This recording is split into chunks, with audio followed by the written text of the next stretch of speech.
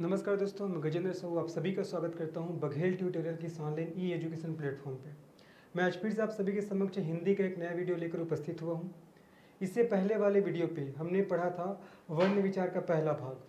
हम इस वीडियो में पढ़ेंगे वर्ण विचार का दूसरा भाग। वर्ण विचार के पहले भाग में हमने पढ़ा है वर्ण किसे कहते हैं, वर्णमाला किसे कहते हैं, वर्ण के कौन कौन से भेद होते हैं। वर्ण के भेद में हम लोगों ने पढ़ा स्वरों के बारे में, व्यंजनों के बारे में, स्वरों की संख्या कितनी होती है, व्यंजनों की संख्या कितनी होती है।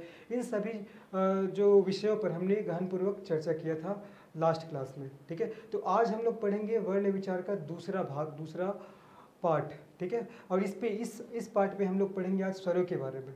ठीक है, स्वरों के बारे में कहने का तात्पर्य स्वर के कौन कौन से प्रकार होता है उसके बारे में पढ़ेंगे। हालांकि स्वर के डेफिनेशन हम लोग पहले पार्ट में देख चुके हैं, आज हम लोग पढ़ेंगे स्वरों के प्रकार के बारे में। ठीक है, तो चलिए बिना टाइम वेस्ट किए हम लोग स्टार्ट करते हैं हमारा आज का सेशन। चलिए, तो आज हम लोग पढ़ेंगे स्वरों का वर्गीकरण। ठीक है, स्वरों का वर्गीकरण। देखो, इससे पहले वाले क्लास में हम लोग ने पढ़ा है स्वर किसे कहते हैं। तो स्वर क्या होता है, स्वर स्वतंत्र होता है, अर्थात स्वर वर्णों के उच्चारण करते समय अन्य वर्णों की सहायता नहीं लिया जाता। ठीक है ना। वर्ण के दो भेद होते हैं, स्वर और व्यंजन, जिसमें मैंने बताया था आप लोग को स्वर के बारे में। स्वर स्वतंत्र होता है, स्वर वर्णों के उच्चारण करते समय अन्य वर्णों की सहायता नहीं लिया जाता, याद रखिएगा। ठीक है, और मैंने इसकी संख्या भी बताया था लास्ट क्लास में। ठीक है, तो स्वरों की संख्या कितना है हिंदी में स्वरों की संख्या 11 है। अगर संस्कृत में पूछा जाएगा तो संस्कृत में स्वरों की संख्या कितना है, तो 13 है, याद रखिएगा। ठीक है, तो हमने स्वर के बारे में पहले पढ़ चुके हैं। अब आज पढ़ेंगे स्वरों का वर्गीकरण। ठीक है, तो स्वरों का वर्गीकरण हम लोग पढ़ेंगे तो किस किस आधार पर पढ़ेंगे उसको देख लेते हैं। पहले पढ़ेंगे हम लोग मात्रा या उच्चारण में लगने वाले समय के आधार पर स्वरों का प्रकार। दूसरा हम लोग पढ़ेंगे ओठ की आकृति के आधार पर स्वरों का प्रकार। ठीक है, तीसरा हम लोग पढ़ेंगे जीभ की क्रियाशीलता के आधार पर स्वरों के प्रकार। ठीक है, चौथा हम लोग पढ़ेंगे मुख गुहा के खुलने के आधार पर स्वरों के प्रकार। और पांचवा हम लोग पढ़ेंगे अनुनासिकता के आधार पर स्वरों के प्रकार। और अंत में हम लोग पढ़ लेंगे उत्पत्ति के आधार पर स्वरों के प्रकार। ठीक है, तो ये सब आधार है जिसके आधार पर हम लोग क्या करेंगे, स्वरों का वर्गीकरण देखेंगे। ठीक है, तो पहला पढ़ते हैं हम लोग मात्रा या उच्चारण में लगने वाले समय के आधार पर स्वरों के प्रकार। ठीक है, पहले हम लोग पढ़ेंगे भी मात्रा या उच्चारण में लगने वाले समय के आधार पर स्वरों के प्रकार। चलिए स्टार्ट करते हैं। तो जैसा कि आप लोग स्लाइड से देख पा रहे हो, ठीक है, मात्रा या उच्चारण में लगने वाले समय के आधार पर जो स्वर है वो 3 प्रकार का होता है। ठीक है, मात्रा या उच्चारण में लगने वाले समय के आधार पर स्वर है वो 3 प्रकार का होता है। कौन कौन सा? पहला ह्रस्व स्वर, इसी को लघु स्वर बोला जाता है, इसी को एक मात्रिक स्वर कहा जाता है। दूसरा क्या हो जाएगा, दीर्घ स्वर, इसी को गुरु स्वर के नाम से भी जानते हैं, इसी को द्विमात्रिक स्वर के नाम से भी जाना जाता है। और तीसरा क्या हो जाएगा, प्लुत स्वर हो जाएगा। तीसरा क्या हो जाएगा, प्लुत स्वर हो जाएगा। ठीक है, देखो यहाँ एक नया टर्म आया है मात्रा। तो पहले हम लोग मात्रा पे डिस्कस कर लेते हैं, मात्रा क्या होता है, क्योंकि यहाँ से मेंस में क्वेश्चन पूछा गया है। ठीक है, तो पहले हम लोग मात्रा के बारे में जानते हैं कि मात्रा किसे कहते हैं, मात्राओं की संख्या कितनी होती है, उसके बाद हम लोग इस टॉपिक को आगे बढ़ाएंगे। चलिए, तो पहले देख लेते हैं हम लोग मात्रा के बारे में।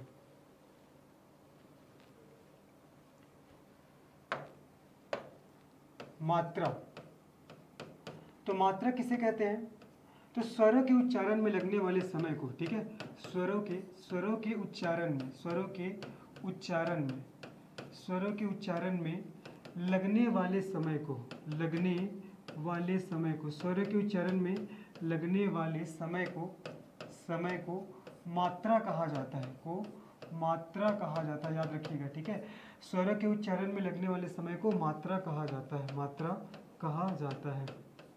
ठीक, एक और क्वेश्चन पूछा जाता है कि मात्राओं की संख्या कितनी होती है, हिंदी में मात्राओं की संख्या कितनी है, ऐसा क्वेश्चन पूछा जाता है, तो उसको भी देख लेते हैं। तो हिंदी में, ठीक है, हिंदी में बहुत इंपॉर्टेंट है, हिंदी में मात्राओं की संख्या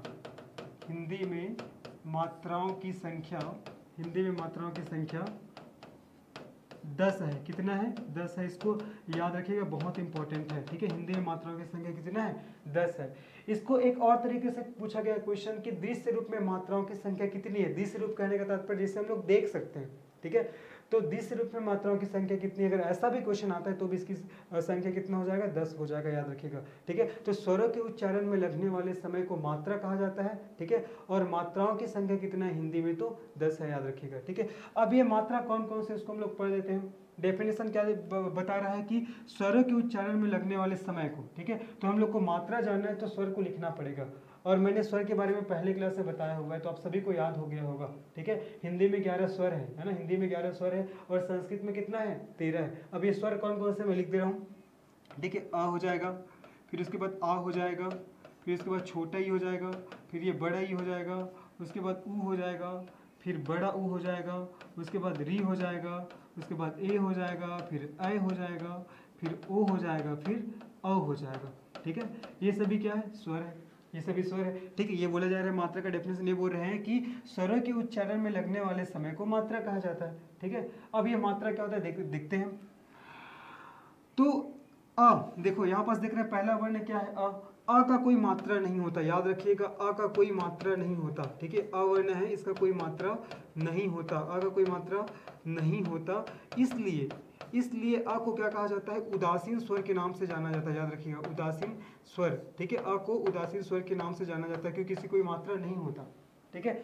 आ की मात्रा होता है, ये होता है आ की मात्रा, ये छोटा ई की मात्रा होता है, ये बड़ा ई की मात्रा हो जाएगा, ये छोटा ऊ की मात्रा, ये बड़ा ऊ की मात्रा, उसके बाद ये री की मात्रा, ये ए की मात्रा हो जाएगा, ये ऐ की मात्रा हो जाएगा, ये ओ की मात्रा हो जाएगा, और ये औ की मात्रा हो जाएगा, ठीक है। इस प्रकार से मात्राओं की संख्या कितना है, 10 है। अगर स्वरों की संख्या पूछेगा तो 11, लेकिन मात्राओं की संख्या 10 है। ऐसा पूछेगा कि दृश्य रूप में मात्राओं की संख्या था जिसे हम लोग देख सकते हैं, उसके आधार पर मात्राओं की संख्या कितनी है, तो भी कितना हो जाएगा, आंसर 10 हो जाएगा। और याद रखिएगा अ का कोई मात्रा नहीं होता, इसलिए अ को उदासीन स्वर के नाम से जाना जाता है, ठीक है। अ को उदासीन स्वर के नाम से जाना जाता है, इसको ध्यान में रखिएगा, ठीक है। तो ये हो गया मात्रा। अब उसके बाद हम लोग पढ़ते हैं मात्रा या उच्चारण में लगने वाले समय के आधार पर यही स्वरों का वर्गीकरण, जिसमें हम लोग मात्रा के बारे में भी पढ़ लिए, जान लिए मात्रा क्या होता है। अब हम लोग देखते हैं मात्रा या उच्चारण में लगने वाले समय के आधार पर स्वरों का वर्गीकरण, ठीक है। तो इसके आधार पर स्वर 3 प्रकार का होता है, ह्रस्व स्वर, इसी को लघु स्वर बोलते हैं, इसी को एकमात्रिक स्वर बोला जाता है। नाम पे विशेष ध्यान दीजिएगा क्योंकि नाम पे ही इसका पूरा डेफिनेशन छुपा हुआ है, ठीक है।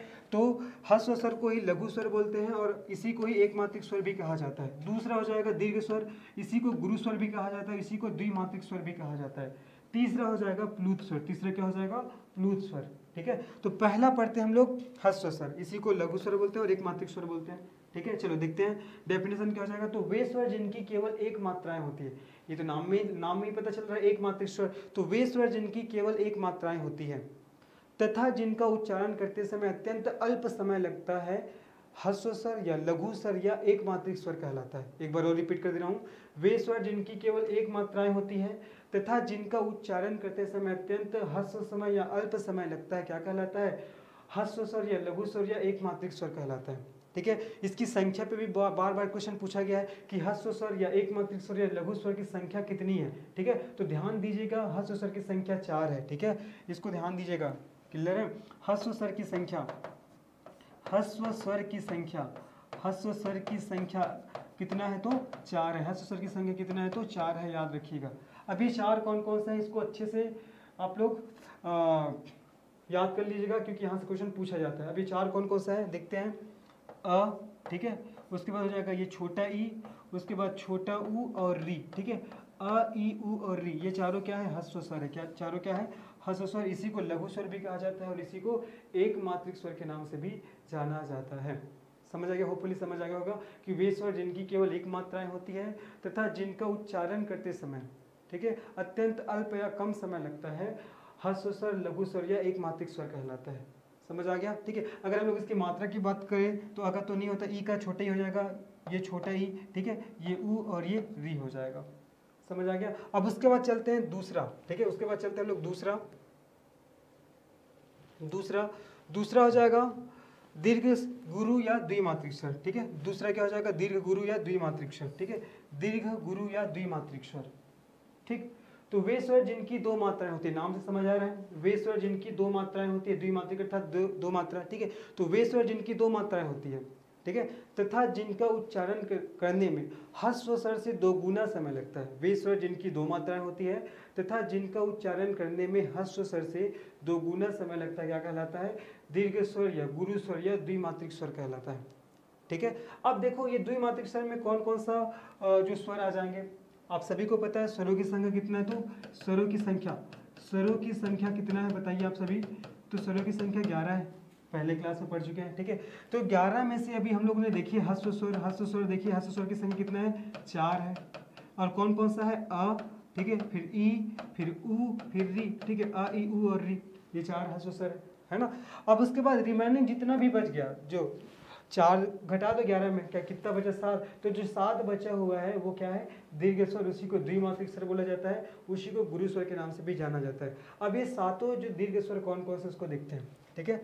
इसकी संख्या 7 है, बस लिखा भी गया है, ठीक है। तो वे स्वर जिनकी 2 मात्राएं होती है तथा जिनका उच्चारण करते समय ह्रस्व स्वर से 2 गुना समय लगता है, दीर्घ स्वर, द्विमात्रिक स्वर या गुरु स्वर कहलाता है। इसकी संख्या 7 है। अब ये 7 कौन कौन सा है, बस इन चारों को छोड़ देना है। इन चारों को छोड़ने के बाद जितना जो स्वर बचा हुआ है ना, वो क्या किस में आ जाएगा, दीर्घ स्वर या गुरु स्वर या द्विमात्रिक स्वर में आ जाएगा। जैसे देखते हैं, ये बड़ा अ हो जाएगा, ठीक है, फिर बड़ा ई हो जाएगा, फिर ये बड़ा उ हो जाएगा, फिर उसके बाद ए हो जाएगा, फिर अ हो जाएगा, फिर ओ हो जाएगा, फिर अ हो जाएगा, ठीक है। इसकी संख्या कितना है, तो 7 है, देख लो 1 2 3 4 5 6 7 है ना। तो 7 है इसकी संख्या, याद रखिएगा। अगर क्वेश्चन पूछेगा कि ह्रस्व स्वर या लघु स्वर या एक मात्रिक स्वर की संख्या कितना है, तो 4, और दीर्घ स्वर या गुरु स्वर या द्विमात्रिक स्वर की संख्या कितना है, तो 7 है, ठीक है, याद रखिएगा इसको। क्लियर है। अब उसके बाद आगे बढ़ते हैं। तीसरा देखते हैं प्लुत स्वर। तीसरा हम लोग देखते हैं प्लुत स्वर। प्लुत स्वर क्या होता है, तो वे स्वर जिनकी 2 से अधिक मात्राएं होती है, वे स्वर जिनकी 2 से अधिक मात्राएं होती है तथा जिनका उच्चारण करते समय ह्रस्व स्वर से तिगुना समय लगता है, ठीक है। देखो ह्रस्व स्वर में क्या था, वे स्वर जिनकी केवल 1 मात्राएं होती है तथा जिनका उच्चारण करते समय अत्यंत अल्प समय लगता है, ठीक है।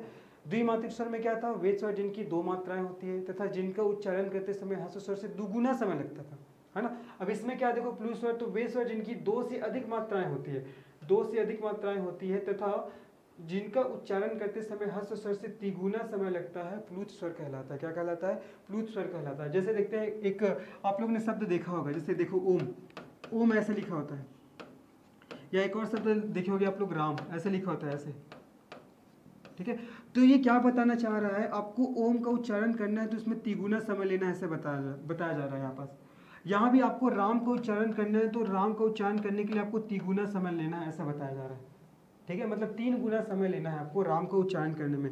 यहाँ ओम का उच्चारण करने में भी आपको 3 गुना समय लेना है, ठीक है। ये तो ये क्या होता है, प्लुत स्वर। तो वे स्वर जिनकी 2 से अधिक मात्राएं होती है तथा जिनका उच्चारण करते समय ह्रस्व स्वर से तिगुना समय लगता है, प्लुत स्वर कहलाता है, ठीक है, याद रखिएगा, ठीक, क्लियर। तो ये हो गया मात्रा एवं उच्चारण में लगने वाले समय के आधार पर स्वरों के प्रकार। 3 प्रकार का होता है, ह्रस्व स्वर या उसी को लघु स्वर या उसी को एक मात्रिक स्वर बोलते हैं, दूसरा दीर्घ स्वर, उसी को गुरु स्वर या उसी को द्विमात्रिक स्वर बोलते हैं, और तीसरा हो जाएगा प्लुत स्वर। हालांकि अभी तक प्लुत स्वर से क्वेश्चन नहीं पूछा गया है, स्पेशली पूछा जाता है तो ह्रस्व और दीर्घ स्वर से, और उसके संख्या से भी क्वेश्चन पूछा जाता है, तो उसको विशेष रूप से ध्यान दीजिएगा, ठीक है। चलिए अब उसके बाद हम लोग पढ़ते हैं दूसरा आधार।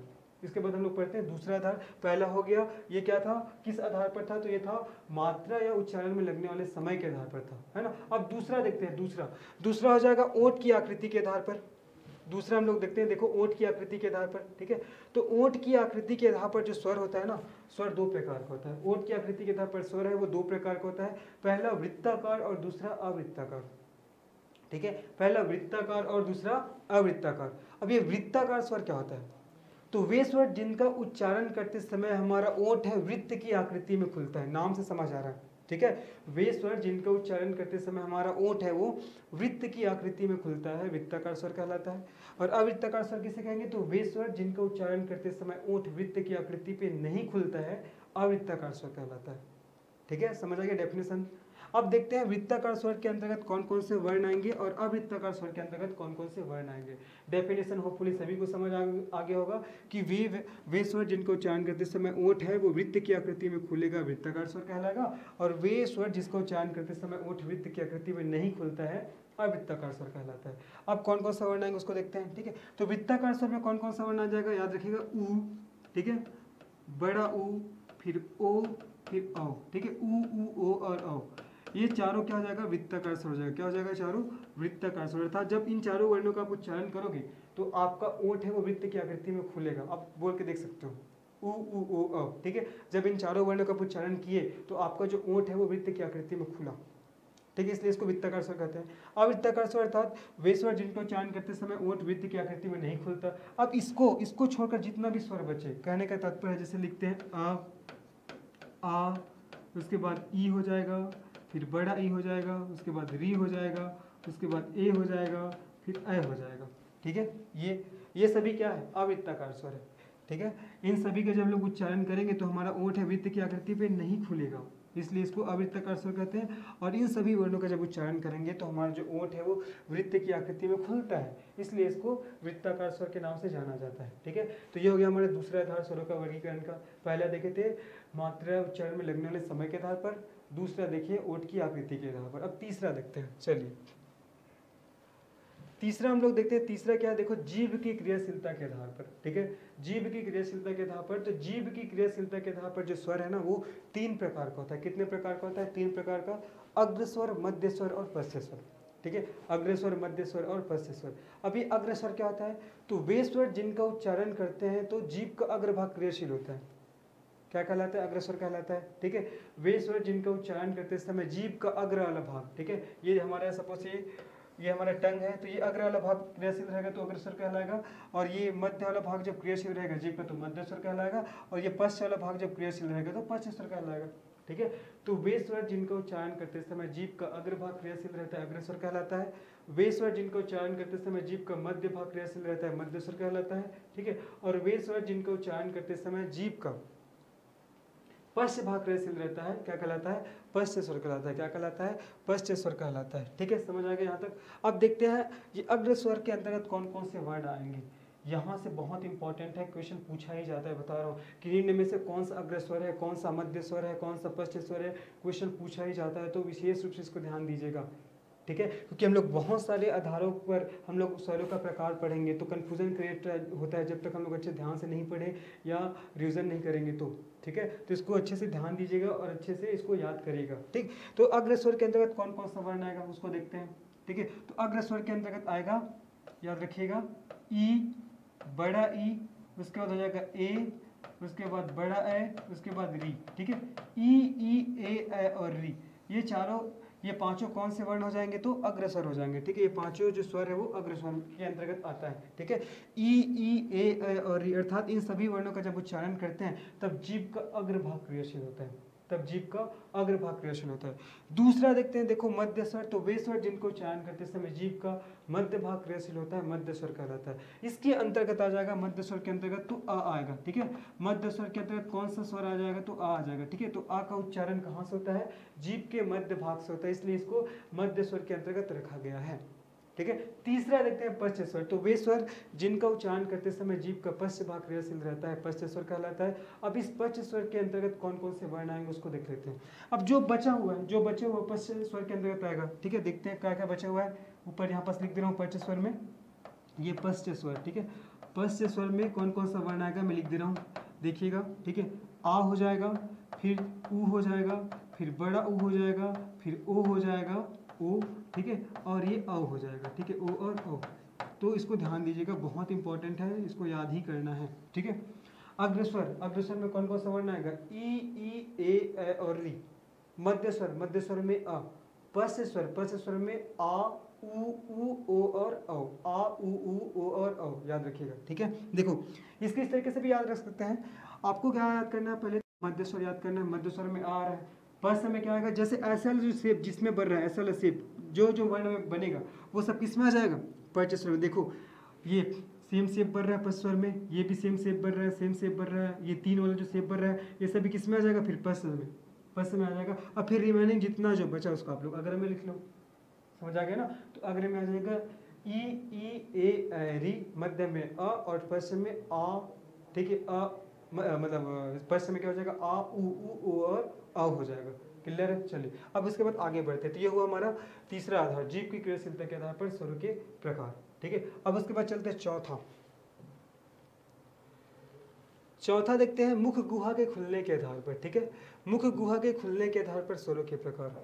तो मुख गुहा के खुलने के आधार पर स्वर है वो 4 प्रकार का होता है, विवृत स्वर, अर्ध विवृत स्वर, संवृत स्वर और अर्ध संवृत स्वर। ठीक है, विवृत स्वर, अर्ध विवृत स्वर, संवृत स्वर और अर्ध संवृत स्वर। अभी विवृत स्वर क्या होता है, विवृत स्वर क्या होता है, तो इसी को खुला स्वर के नाम से भी जाना जाता है, खुला स्वर, ठीक है, इसी को खुला स्वर के नाम से भी जाना जाता है। अर्धविवृत स्वर इसे आधा खुला, ठीक है, आधा खुला स्वर के नाम से भी जाना जाता है, याद रखिएगा, ठीक है। वैसे ही संवृत स्वर को बंद स्वर के नाम से जाना जाता है, बंद स्वर, और वैसे ही अर्ध संवृत स्वर को आधा बंद स्वर के नाम से भी जानते हैं, ठीक है, आधा बंद स्वर के नाम से भी जाना जाता है। तो बारी बारी से का डेफिनेशन देखते हैं। तो विवृत स्वर क्या होता है? तो वे स्वर जिसका उच्चारण करते समय, वे स्वर जिनका उच्चारण करते समय मुख गुहा पूरी तरह से खुलता है, ये बोला गया है ना, विवृत स्वर को तो खुला स्वर कहा जाता है। तो वे स्वर जिनका उच्चारण करते समय मुख गुहा या मुख द्वार पूरी तरह से खुलता है, क्या कहलाता है? विवृत स्वर कहलाता है। और विवृत स्वर के अंतर्गत कौन सा वर्ण आ जाएगा? तो आ। कौन सा वर्ण आ जाएगा? आ। आप लोग आ का उच्चारण करके देख लीजिए, जब आ को उच्चारण करेंगे तो जो मुख द्वार है आपका पूरी तरह से खुल जाएगा, इसलिए किसके अंतर्गत आता है? विवृत स्वर के अंतर्गत आता है। दूसरा देखते हैं अर्धविवृत स्वर, इसी को बोला जाता है आधा खुला स्वर, ठीक है। तो वे स्वर जिसका उच्चारण करते समय मुख गुहा लगभग आधा खुलता है ना, वे स्वर जिनका उच्चारण करते समय मुख गुहा आधा खुलता है, अर्धविवृत स्वर कहलाता है। क्या कहलाता है जी? अर्धविवृत स्वर कहलाता है, याद रखिएगा, ठीक है। अब इसमें कौन कौन सा वर्ण आएगा, ठीक है, इसमें कौन कौन सा वर्ण आएगा उसको हम लोग देखते हैं। जैसे आ का जब उच्चारण किए तो मुख द्वार पूरी तरह से खुला था, तो आ का उच्चारण करोगे तो आधा खुलेगा, आ का उच्चारण करेंगे तो आधा खुलेगा। और याद रखना आपको ए, और याद रखना है औ, ठीक है, इन तीनों वर्णों को याद रखना है, इन तीनों वर्णों को याद रखना है, ठीक है। अगर विवृत पूछेगा तो उसमें आ जाएगा, और अर्धविवृत पूछेगा तो अ, ए और औ, अ, ए और औ, याद रखिएगा, ठीक है, क्लियर। अब उसके बाद आगे चलते हैं। उसके बाद है देखते हैं हम लोग संवृत स्वर। तो संवृत स्वर किसे कहते हैं? इसे आधा बंद स्वर भी कहा जाता है, संवृत स्वर को लगभग बंद स्वर भी कहा जाता है। क्या कहा जाता है? बंद स्वर भी कहा जाता है। अर्थात वह स्वर जिसका उच्चारण करते समय मुख द्वार या मुख गुहा लगभग बंद रहता है, संवृत स्वर कहलाता है, ठीक है। संवृत स्वर को बंद स्वर भी कहा जाता है। तो वे स्वर जिनका उच्चारण करते समय मुख गुहा या मुख द्वार लगभग क्या होता है? बंद होता है, क्या कहलाता है? संवृत स्वर कहलाता है। इसमें कौन कौन सा वर्ण आ जाएगा देखते हैं। इसमें कौन कौन सा वर्ण आ जाएगा? तो ई, बड़ा ई, उसके बाद ऊ, फिर बड़ा ऊ और री, ठीक है। ई ऊ और री, ये सब कौन से वर्ण के अंतर्गत आएंगे? तो ये संवृत स्वर के अंतर्गत आएंगे, संवृत स्वर के अंतर्गत, ठीक है, समझ आ गया। अब उसके बाद देखते हैं चौथा अर्ध संवृत स्वर, अर्थात लगभग आधा बंद स्वर। अर्थात वे स्वर जिसको उच्चारण करते समय जो हमारा मुख द्वार है लगभग आधा बंद रहता है, लगभग आधा बंद रहता है, क्या कहलाता है? अर्ध संवृत स्वर कहलाता है, ठीक है। अभी अर्ध संवृत स्वर के अंतर्गत कौन कौन सा वर्ण आ जाएगा? जो बचा हुआ है, कौन कौन सा बचा हुआ है? ए और ओ, ठीक है, ए और ओ, ये दोनों बचा हुआ था, ठीक है। अब फिर से आप लोग को यहाँ पास लिख के बता दे रहा हूँ मैं, फिर से देखो। हम लोग पहला पढ़े विवृत स्वर। तो विवृत स्वर में कौन कौन सा वर्ण आएगा? ध्यान दीजिएगा। विवृत स्वर में कौन कौन सा वर्ण आएगा? विवृत स्वर में आ जाएगा बड़ा, ठीक है, बड़ा आ, ठीक है। विवृत स्वर को खुला स्वर कहते हैं, अर्थात वे स्वर जिसको उच्चारण करते समय मुख द्वार पूरी तरह से खुलता है, विवृत स्वर कहलाता है, इसमें आ जाएगा। अर्धविवृत में कौन कौन सा वर्ण आएगा? आ जाएगा और ए आ जाएगा, मतलब ए और औ, ठीक है, अ, ए और औ, ठीक है, अ, ए और औ, ये किस में आ जाएगा? अर्धविवृत स्वर में आ जाएगा, ठीक है। इन सभी को उच्चारण करते हैं तो जो मुख द्वार है लगभग आधा खुलता है। संवृत स्वर में कौन कौन सा आ जाएगा? ई आ जाएगा, बड़ा ई आ जाएगा, फिर ऊ आ जाएगा, फिर बड़ा ऊ आ जाएगा और री आ जाएगा, ठीक है, ये संवृत स्वर में। और अर्ध संवृत स्वर में क्या आ जाएगा? तो जो बचा हुआ है, कौन सा बचा हुआ है? ए बचा हुआ है और ओ बचा हुआ है, ठीक है, ए और ओ, तो ये क्या हो जाएगा? अर्ध संवृत स्वर हो जाएगा। होपफुली ये भी समझ आ गया होगा आप लोग को, ठीक है। अब चलिए फिर इसके बाद आगे बढ़ते हैं। अब उसके बाद देखते हैं अनुनासिकता के आधार पर स्वरों के प्रकार, ठीक है। तो अनुनासिकता के आधार पर स्वर है वो दो प्रकार का होता है, ठीक है। अनुनासिकता के आधार पर स्वर कितने प्रकार का होता है? दो प्रकार का आप देख रहे हो, जैसे कि अनुनासिक स्वर और दूसरा निर्नुनासिक स्वर, ठीक है, अनुनासिक स्वर और निर्नुनासिक स्वर। अभी अनुनासिक स्वर क्या होता है? तो वे स्वर जिनके ऊपर चंद्र बिंदु लगा होता है अनुनासिक स्वर कहलाता है, ठीक है। याद रखिएगा, यहाँ पास एक चीज को हमेशा याद रखना, एक होता है ये आप लोग चिन्ह देखे होंगे, और एक होता है ये, ठीक है, इसको बोला जाता है चंद्र बिंदु, इसको क्या बोलते हैं? चंद्र बिंदु, ठीक है। और इसको बोला जाता है अनुस्वार, इसको क्या बोला जाता है? अनुस्वार बोला जाता है, ठीक है। इसको चंद्र बिंदु बोलते हैं, इसको क्या बोलते हैं? अनुस्वार बोलते हैं, ठीक है। तो अनुनासिक स्वर क्या है? तो वे स्वर जिनके ऊपर चंद्र बिंदु लगा होता है अनुनासिक स्वर कहलाता है, ठीक है। वे स्वर जिनके ऊपर चंद्र बिंदु लगा होता है अनुनासिक स्वर कहलाता है। जैसे उदाहरण देखते हैं, ये अ है, अगर आ के ऊपर मैं चंद्र बिंदु लगा दिया तो अनुनासिक स्वर हो जाएगा। आ के ऊपर भी अगर मैं चंद्र बिंदु लगा दिया ये भी अनुनासिक हो जाएगा। ई के ऊपर में चंद्र बिंदु लगा दिया, ये भी अनुनासिक हो जाएगा। बड़ा ई के ऊपर चंद्र बिंदु लगा दिया, ये भी अनुनासिक हो जाएगा। अर्थात वे स्वर जिनके ऊपर चंद्र बिंदु लगेगा अनुनासिक स्वर कहलाएगा, और जिनके ऊपर चंद्र बिंदु नहीं लगा होता है निरनुनासिक स्वर कहलाता है। जैसे कि अ, ये अ हो जाएगा, ये आ हो जाएगा, ये ई हो जाएगा, ये बड़ा ई हो जाएगा। इन सभी के ऊपर तो चंद्र बिंदु नहीं लगा हुआ है, तो इनको क्या कहेंगे? निरनुनासिक स्वर कहेंगे। पूछा जाता है क्वेश्चन के निम्न में से कौन सा अनुनासिक स्वर है, तो एक के ऊपर चंद्र बिंदु लगा रहेगा तो उसी को हम लोग क्या करना है? सेलेक्ट करता है, वही हमारा सही आंसर रहेगा। चलिए, तो यह हो गया अनुनासिकता के आधार पर स्वरों के प्रकार। ठीक है, अब इसके बाद पढ़ते हैं हम लोग अंतिम है उत्पत्ति के आधार पर स्वरों के प्रकार। ठीक है, तो उत्पत्ति के आधार पर स्वर है वो दो प्रकार का होता है। कितने प्रकार का होता है जी? दो प्रकार का। पहला आप लोग देख पा रहे हो, पहला हो जाएगा मूल स्वर और दूसरा हो जाएगा संधि स्वर। ठीक है, उत्पत्ति के आधार पर स्वर दो प्रकार का होता है, पहला मूल स्वर, दूसरा संधि स्वर। अब ये मूल स्वर क्या होता है? मूल स्वर क्या होता है इसको देखते हैं। ठीक है, तो वे स्वर जिनकी उत्पत्ति दूसरे स्वरों के मेल से नहीं होता है, नहीं होती है। ठीक है, तो वे स्वर जिनकी उत्पत्ति दूसरे स्वरों के मेल से नहीं होती है मूल स्वर कहलाता है। इसकी संख्या 4 है, बहुत इंपॉर्टेंट है, इसको याद रखिएगा, क्वेश्चन पूछा जाता है। ठीक है, कि मूल स्वर की संख्या कितनी है, तो मूल स्वर की संख्या कितना है? तो 4 है। ये कौन कौन सा है? अ, उसके बाद ई, उसके बाद उ और री। ठीक है, ये चारों को मूल स्वर के नाम से भी जाना जाता है, क्योंकि इन चारों की उत्पत्ति अन्य स्वरों के मेल से नहीं होता है, इसलिए इसको मूल स्वर के नाम से जाना जाता है। ठीक है, उसके बाद देखते हैं संधि स्वर। दूसरा संधि स्वर, तो वे स्वर जिनकी उत्पत्ति दो स्वरों के मेल से होता है संधि स्वर कहलाता है। ठीक है, वे स्वर जिनकी उत्पत्ति दो स्वरों के मेल से होता है संधि स्वर कहलाता है। संधि स्वर दो प्रकार का होता है। अभी आगे पढ़ते हैं, संधि स्वर कितने प्रकार का होता है? दो प्रकार का होता है। अब देखते हैं ये दो प्रकार कौन कौन सा है। ठीक है, पहला हो जाएगा दीर्घ या सजाती स्वर और दूसरा हो जाएगा संयुक्त या विजातीय स्वर। ध्यान दीजिएगा, यहाँ क्वेश्चन पूछा जाता है। ठीक है, पहला पढ़े मूल स्वर, तो वे स्वर जिनकी उत्पत्ति अन्य स्वरों के मेल से नहीं होता है मूल स्वर कहलाता है। मूल स्वर की संख्या 4 है, अ, ई, उ और री। अभी दूसरा देख रहे हैं हम लोग संधि स्वर, तो संधि स्वर दो प्रकार का होता है, पहला दीर्घ या सजाती स्वर, दूसरा संयुक्त या विजातीय स्वर। देखो नाम देखिए, दीर्घ या सजाती स्वर और दूसरा संयुक्त या विजातीय स्वर। ठीक है, तो दीर्घ या सजाती स्वर किसे कहेंगे? तो वे स्वर जिनकी उत्पत्ति समान जाति, सजाती मतलब समान जाति है ना, तो वे स्वर जिनकी उत्पत्ति समान जाति के स्वरों से होती है सजाती, या इसी को दीर्घ स्वर कहा जाता है। सजाती स्वर या दीर्घ स्वर कहलाता है। जैसे देखते हैं, ये बड़ा आ हो जाएगा, ठीक है, ये बड़ा ई हो जाएगा और ये हो जाएगा बड़ा ऊ। ठीक है, अब देखते हैं बड़ा कैसे बनता है? अ और अ जब आपस में मिलते हैं तो बड़ा का निर्माण होता है। वैसे ही बड़ा ई कैसे बनता है? जब छोटा ई और छोटा ई आपस में मिलता है तो बनता है। वैसे ही बड़ा ऊ कैसे बनता है? जब छोटा ऊ और छोटा ऊ जब आपस में मिलता है तो बड़ा ऊ का निर्माण होता है। ठीक है, तो ये इनकी उत्पत्ति दो स्वरों के मेल से हो रहा है, दो समान जाति के स्वरों के मेल से हो रहा है, इसलिए इसको सजाती स्वर कहा जाता है ना, और इसी को ही दीर्घ स्वर के नाम से भी जाना जाता है। बड़ा आ, बड़ा ई और बड़ा ऊ दीर्घ प्राप्त हो रहा है, इसलिए इसको दीर्घ स्वर भी कहा जाता है। याद रखिएगा, इसकी संख्या कितना है? तो इसकी संख्या 3 है। देखो, बड़ा आ, बड़ा ई और बड़ा ऊ। ठीक है, दूसरा देखते हैं संयुक्त स्वर, या इसी को विजातीय स्वर के नाम से जाना जाता है। तो वे स्वर जिनकी उत्पत्ति असमान जाति के स्वरों से होती है। ठीक है, वे स्वर जिनकी उत्पत्ति असमान जाति के स्वरों से होती है संयुक्त स्वर या विजातीय स्वर कहलाता है। नाम को भी स्पेशली इसका याद रखिएगा, पूछ सकता है कि इनमें से कौन सा संयुक्त स्वर है, कौन सा विजातीय स्वर है। अब देखते हैं संयुक्त स्वर कौन कौन से हैं। जैसे कि ए, ठीक है, ए, ओ और औ। ठीक है, ए, ओ और औ, ये क्या है? संयुक्त या विजातीय स्वर है। ए कैसे बनेगा?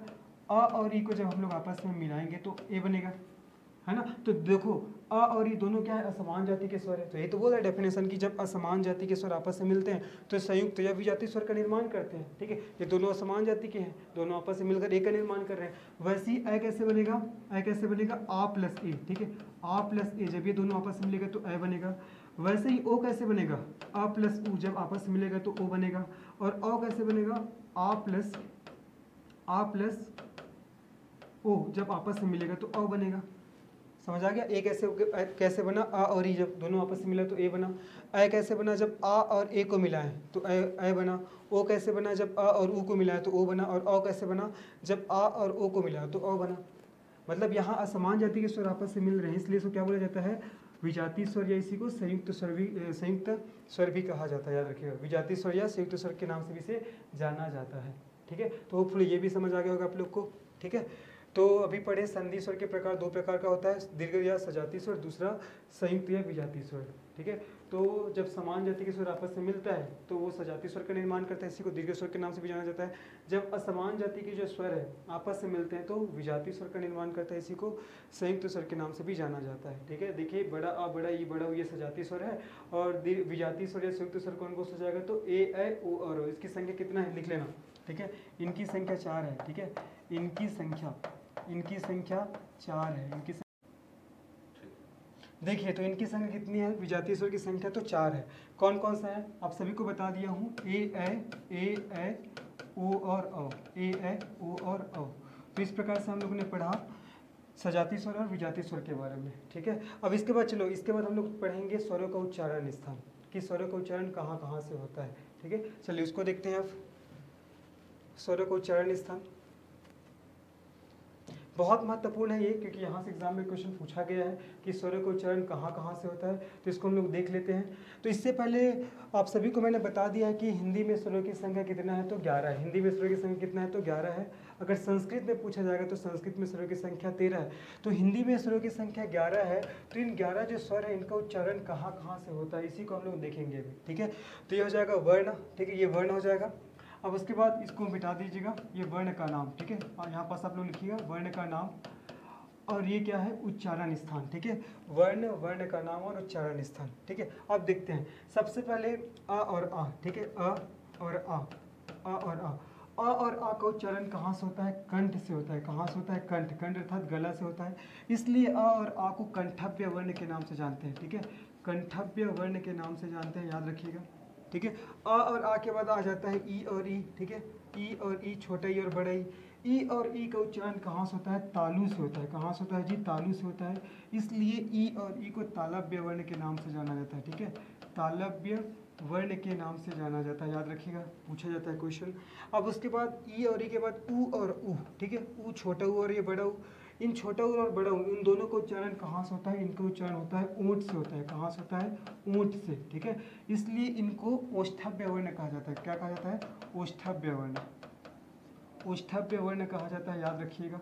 ठीक है, अब उसके बाद बारी है री का। ठीक है, री का, तो री का उच्चारण कहाँ से होता है, री का उच्चारण होता है मूर्धा से। ठीक है, री का उच्चारण कहाँ से होता है, मूर्धा से, इसलिए री को मूर्धन्य वर्ण के नाम से जानते हैं। मूर्धन्य वर्ण के नाम से जाना जाता है। ठीक है, उसके बाद बचा ए ऐ और ओ औ। ठीक है, ए और ऐ बचा। ठीक है, और क्या बचा, ओ और औ। ठीक है, ओ और औ, ए और ऐ बचा, ओ और औ बचा। इसको देखते हैं, ए और ऐ, ओ और औ। ठीक है, फिर से लिख रहा हूँ, ये ए बचा। ठीक है, ए और ऐ, ओ और औ। तो ए और ऐ इसको कैसे लिख सकते हैं हम लोग, ए को अभी आप लोग को बताया था उस पर संयुक्त स्वर पे, तो ए को कैसे लिख सकते हैं हम लोग, अ प्लस ई। ठीक है, अ प्लस ई ऐसे लिख सकते हैं। अब देखो अ का उच्चारण कहाँ से हो रहा है, तो अ का उच्चारण कहाँ से हो रहा है, देख रहे हो आप लोग, कंठ से। ठीक है, अ का उच्चारण कहाँ से होता है जी, कंठ से होता है। ठीक है, वैसे ही देखो ई का उच्चारण कहाँ से होता है, देखो कहाँ से होता है, तालु से। कहाँ से होता है, तालु से, इसलिए ए और ऐ को क्या कहा जाता है, कंठ तालव्य वर्ण कहा जाता है। क्या कहा जाता है, कंठ तालव्य वर्ण कहा जाता है। ठीक है, क्योंकि इसका उच्चारण करते समय हमारा कंठ और तालु दोनों क्या रहता है, क्रियाशील रहता है, इसलिए इसको कंठ तालव्य वर्ण कहा जाता है, याद रखिएगा। ठीक है, वैसे ही देखो ओ और औ का हम लोग ओ और ओ को कैसे लिख सकते हैं, और तो ओ को कैसे लिख सकते हैं, ओ को देखिएगा अ और उ। ठीक है, अ प्लस उ ऐसे लिख सकते हैं ओ को। अब फिर से देखो अ का उच्चारण कहाँ से हो रहा है, देखो अ का उच्चारण हो रहा है कंठ से। कहाँ से हो रहा है, कंठ से, और वैसे ही उ का उच्चारण कहाँ से हो रहा है, तो देखो उ का उच्चारण ओंठ से हो रहा है। कहाँ से हो रहा है, ओंठ से। ठीक है, इसलिए ओ और ओ को कंठोष्ठ वर्ण के नाम से भी जानते हैं। ठीक है, कंठोष्ठ वर्ण के नाम से भी इसे जाना जाता है। ठीक है, इसका उच्चारण कहाँ से हो रहा है, तो कंठ और ओंठ से। ठीक है, कंठ और ओंठ से हो रहा है, याद रखिएगा। ठीक है, तो देखिए हम लोग ने अ और अ का उच्चारण कहाँ से होता है, कंठ से, इसलिए कंठव्य वर्ण। ई और ई का उच्चारण कहाँ से होता है, तालु से, इसलिए इसको तालव्य वर्ण कहा जाता है। उ और उ का उच्चारण कहाँ से होता है, ओंठ से, इसलिए इसको ओष्ठव्य वर्ण कहा जाता है। री का उच्चारण कहाँ से होता है, मूर्धा से, इसलिए इसको मूर्धन्य वर्ण बोलते हैं। ठीक है, वैसे ही ए और ऐ का उच्चारण कहाँ से होता है, कंठ और तालु से। मैंने आप लोग को बताया ए को लिख के कि ए को ऐसे लिख सकते हैं अ प्लस ई। आ का उच्चारण कंठ से होता है, ई का उच्चारण तालु से। ठीक है, तो इस प्रकार से ए और ऐ का उच्चारण कहाँ से हो जाएगा, कंठ तालु दोनों से, अर्थात कंठ तालव्य वर्ण कहा जाता है इसको। उसके बाद ओ और औ का उच्चारण कहाँ से होता है, तो कंठ और ओंठ से। ओ को आ और रू लिख सकते हैं। आ का उच्चारण कर्ण से होता है, ऊ का उच्चारण ओठ से। तो इसका उच्चारण कहाँ से होता है? तो कंठ और ओठ, इसलिए इसको कंठोष्ठ वर्ण कहा जाता है। इसको याद रखिएगा, ठीक है। इस प्रकार से हम लोगों ने देखिए अभी स्वरों का उच्चारण स्थान बहुत इंपॉर्टेंट है, यहाँ से क्वेश्चन पूछा जाता है, ठीक है। ये तो इस प्रकार से आज हम लोगों ने हमारा एक टॉपिक जो स्वरों का वर्गीकरण पूरा कंप्लीट किया हुआ है। एक बार जल्दी से मैं रिवाइज करा दे रहा हूँ। कौन कौन सा आधार पे हम लोग देखिए जब बस नाम आप लोग को बता दे रहा हूँ। वैसे इस पे हम लोग ने गहन चर्चा कर लिया है। एक बार नाम फिर से बताता हूँ। पहला देखिए हम लोग ने मात्रा उच्चारण में लगने वाले समय के आधार पर स्वरों के प्रकार। दूसरा हम लोगों ने देखा ओठ की आकृति के आधार पर स्वरों के प्रकार। तीसरा हम लोगों ने देखा जीभ की क्रियाशीलता के आधार पर। चौथा हम लोगों ने देखा मुख गुहा के खुलने के आधार पर। पांचवा हम लोगों ने देखा उत्पत्ति के आधार पर। छठवां हम लोगों ने देखा अनुनासिकता के आधार पर, ठीक है। और लास्ट में हम लोगों ने अभी कवर किए स्वरों का उच्चारण स्थान, ठीक है। तो चलिए फिर आज के लिए इतना ही। होपफुली आप सभी को ये वीडियो समझ में आया होगा, ठीक है। फिर आगे के लिए हम लोग नेक्स्ट वीडियो में देखेंगे, ठीक है। धन्यवाद।